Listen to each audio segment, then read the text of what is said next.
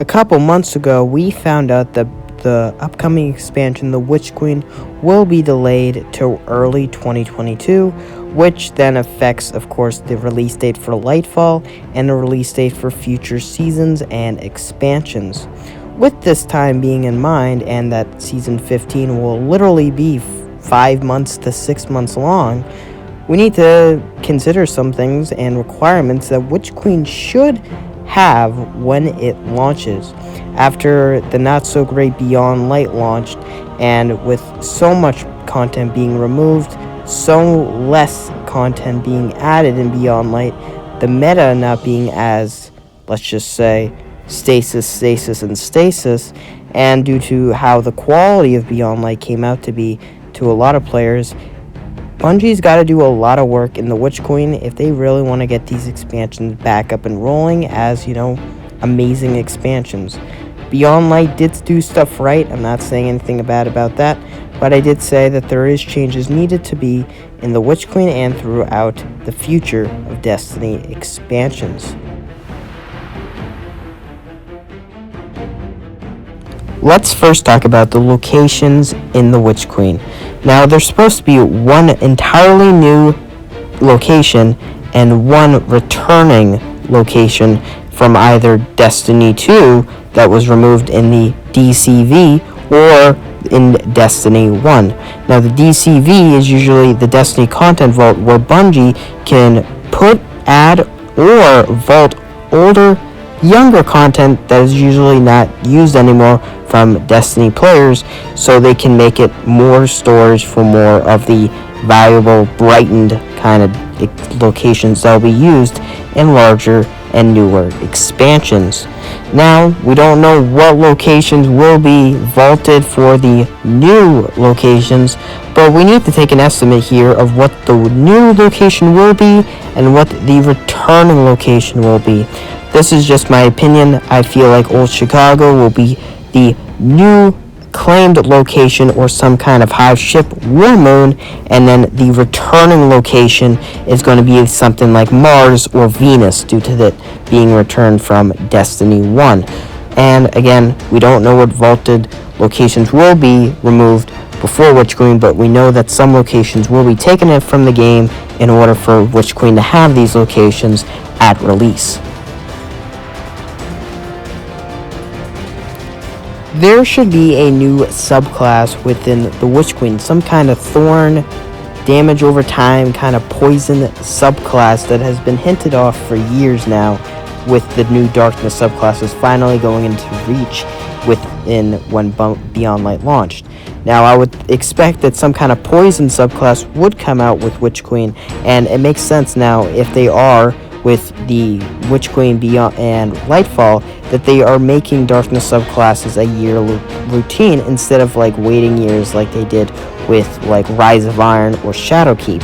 So I expect that there should be a new subclass that should arrive in this expansion, but hey, if there's a buttload of new weapons, if there's a entirely big and huge locations when Witch Queen launches, then this is not going to be a huge, drastic, must-have, but yet this is something that this expansion should have if that's not going to reach the case for those two other things that I just stated.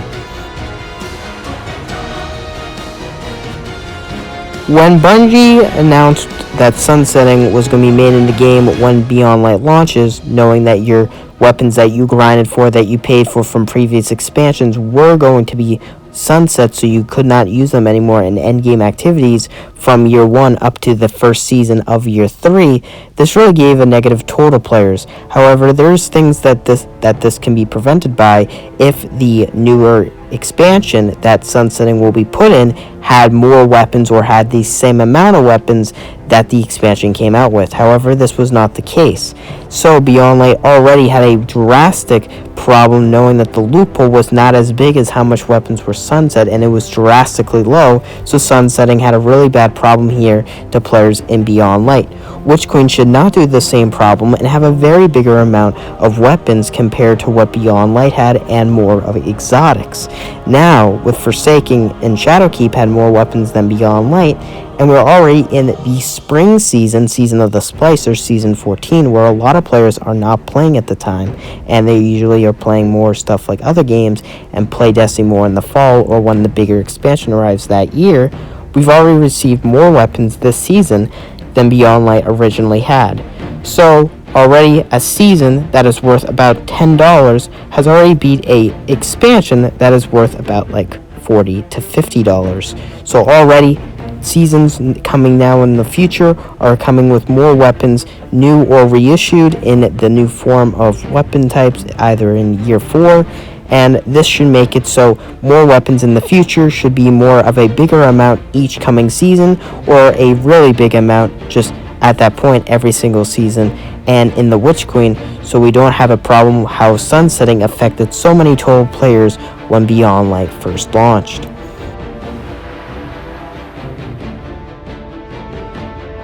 Now I'm pointing here that it's been about 855 days since we have received a new Gambit map.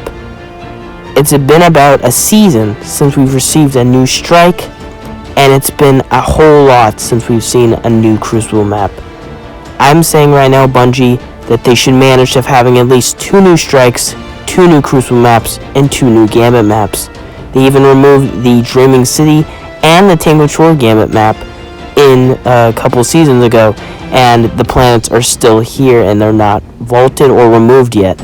So Gambit should receive a lot of maps, there should be new Crucible maps, and there should be at least some new strikes, and have a bigger amount of strikes than what Beyond Light had, around 2 to 4 strikes if I'm hoping. But if at least if there's something new, and not have an expansion without any strikes at all. Of course, they should have exotics and a new raid that should come with the Witch Queen expansion as well. But, that's what happens with every expansion. Having a raid is something that is always guaranteed. Witch Queen should have a new campaign, a new raid, and some quality of life changes there and there if they ever want to change the meta to some weapons, maybe some new perks on weapons, an entirely new artifact. Power level would be about up to 200 to 300 if we're getting a lot of power level around.